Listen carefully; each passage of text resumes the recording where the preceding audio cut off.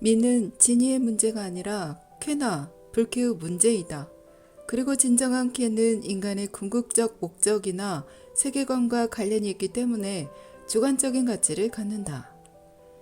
과학이 진위를 통한 보편적이고 객관적인 법칙을 찾아내는 것을 사명으로 한다면 미학은 객관적이고 보편화될 수 없는 가치들에 주의를 기울여야 한다고 합니다. 그러나 서양의 근대 미학은 합리주의에 근거한 과학의 길을 따라감으로써 지역적인 미적 가치들에 대해 관대하지 못했습니다. 학문적 체계를 갖춘 서양 근대 미학의 막강한 영향력은 동양이나 제3세계 국가들이 문화적 정체성을 상실하고 문화적 다양성을 획일화하는 간접적인 원인이 되었습니다. 따라서 서양의 근대 미학이 객관적이고 보편적인 미학이 아닌 서양 특유의 문화 의지의 산물임을 이해할 필요가 있습니다. 근대 미학의 성립과 딜레마입니다. 18세기 서양에서 근대 미학이 형성되기 전까지 미학은 철학의 한 주제에 불과했습니다. 진리를 현상계 너머에 불변하는 이데아라고 생각한 고대 그리스 철학자들에게 미학은 수학의 일부였고 피타고라스는 미를 수학적 질서로 이루어진 황금비 정도로 생각했습니다. 그리고 모든 것이 종교적 가치에 지배되던 중세 시대에는 예술가들이 교회의 요구를 수용해야 했기 때문에 미가 종교적 교리나 도덕에서 자유롭지 못했습니다. 이것은 서양에서 중세까지 진선미의 영역이 명확히 분화되지 않았음을 의미합니다.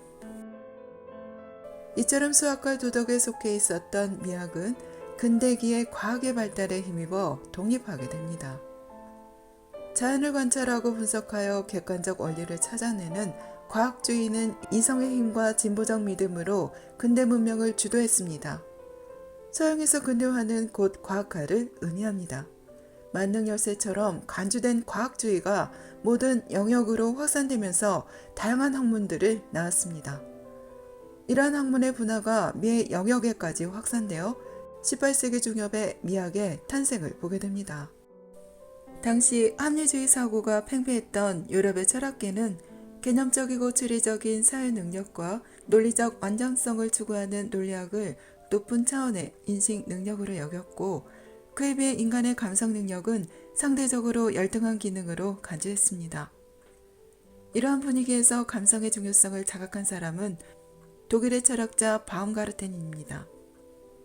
그는 확실한 것만 사실로 인정하는 논리학으로는 발견할 수 없는 세계를 감성이 채워줄 수 있다고 생각하고 감성적 경험에 의한 인식을 미학이라고 불렀습니다. 그에 의해 감성은 학문의 대상이 될 수 있었고 미학은 독립의 깃들이 마련되었습니다. 바움가르텐 이후 근대 미학은 미가 진리나 도덕과 어떻게 다른지를 규명하는 쪽으로 전개되었고 칸트에 의해 빛나는 성과를 올리게 됩니다. 그의 역작 순수이성 비판, 실천이성 비판, 판단력 비판은 그동안 애매하게 통합되어 있던 진선미의 영역을 명확하게 분리시켰습니다. 칸트에 의하면 순수이성은 과학의 법제성에 따른 인식 능력이고 실천이성은 초감성적 세계에 대한 도덕적 목적성에 따른 의지 능력입니다. 그리고 판단력은 자연의 법칙을 인식하는 감성계와 도덕적 법칙을 인식하는 초감성계를 매개하는 능력입니다. 칸트는 판단력을 통해 진리와 도덕의 영역에서 미를 독립시킬 근거를 얻었고 그로 인해 미는 진위의 문제가 아니라 쾌와 불쾌에 관한 취미의 판단이 될 수 있었습니다. 취미는 미를 인식하고 예술작품을 판단할 수 있는 감정 능력입니다. 칸트는 개별적이고 주관적인 취미가 보편성을 얻을 수 있는 근거를 무관심성에서 찾았습니다. 인간의 관심이란 주로 삶에서 형성된 주관적 감정이나 자신의 결핍을 채우기 위한 욕구가 만들어내는 것이기 때문에 그는 이러한 관점에서 벗어나면 선함적 능력으로 미를 판단할 수 있을 것이라고 생각했습니다. 그에게 미는 일체의 관심을 떠나 만족을 주는 대상이며 이로 인해 지적, 도덕적 전제 조건 없이 미를 판단할 수 있게 되었습니다. 즉 무관심하게 대상을 관조하다 보면 누구나 선험적으로 가지고 있는 공통 감각에 의해서 보편적인 미를 판단할 수 있다는 것입니다. 이처럼 서양의 근대 미학은 윤리학과 논리학의 영역으로부터 미학을 명확히 독립시킨 것이지만 칸트가 미의 조건으로 제시한 무관심성은 사회 현실과 역사성을 완전히 배제할 때만 가능한 관념론적 이론입니다. 인간에게 관심이란 특수한 생활환경에서 비롯된 것이고 시공간의 제약 속에 사는 인간이 실제로 사회적, 환경적 관심으로부터 완전히 자유로울 수는 없습니다. 따라서 칸트의 미학은 관념적인 기초미학으로 학문적 토대를 위해서는 필요하지만 예술에 그대로 적용되기는 무리가 있습니다. 그럼에도 서양의 모더니스트들은 칸트의 미학을 예술에 적용시켰고 예술을 진리와 도덕의 식민지에서 독립시키는 것을 사명으로 삼았습니다. 이러한 배경에서 순수 예술이나 예술을 위한 예술 같은 구호들이 나왔고 예술은 스스로의 자율성을 추구하게 됩니다. 베리나 포라이의 형식주의 미학이나 그린버그의 모더니즘 미술 비평도 이러한 맥락에서 나온 것입니다. 그린버그가 모더니즘을 칸트에서 비롯된 자기 비판적 경향의 심화 내지 극대화라고 정의한 것은 예술을 종교나 도덕적 가치에 근거하지 않고 내재적 기준에 의해 평가함을 의미합니다. 그는 누구나 훈련된 눈만 있으면 취미 판단의 무관심성에 의해 좋고 나쁨을 가려낼 수 있다고 주장했습니다. 그는 회화가 제한에서 벗어나 회화 자체의 자율성을 드러내는 데서 모더니즘의 출발을 삼았습니다.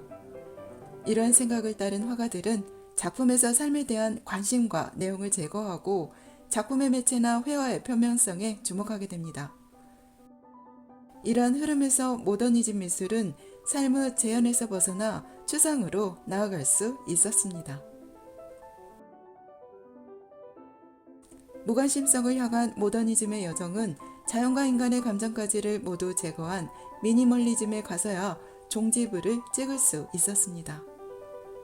낭만주의에서 미니멀리즘까지 칸트 미학과 모더니즘 예술 간의 한 세기에 걸친 동거는 해피엔딩이 되지 못했습니다. 그것은 삶의 관심을 떠난 미적 자율성의 성취가 주는 공허함 때문입니다. 자식이 결혼해서 분가하는 것이 부모와의 완전한 결별을 의미하는 것이 아니듯이 미의 독립이 진이나 성과의 완전한 결별을 의미하는 것은 아닙니다. 이분법적 사고에 입각한 서양의 모더니스트들은 자율성을 위해 타율성을 제거하였고 그것은 결국 모더니즘의 딜레마가 되었습니다. 서양의 고전미학이 진선미를 통합한 것으로 보았다면 근대미학은 진선미를 독립된 것으로 만들었습니다. 그러나 진과 선이 제거된 미의 독립은 선과의 괴리를 피할 수 없게 됨으로써 동력을 상실하게 됩니다. 서양의 미학은 타율성과 자율성 사이에서 중도의 접점을 찾지 못했습니다. 사실 모든 존재는 완전히 자율적이지도 완전히 타율적이지도 않은 것입니다. 벤 다이어그램처럼 진선미의 이상적 관계는 공통성과 차이를 동시에 갖고 있는 것입니다.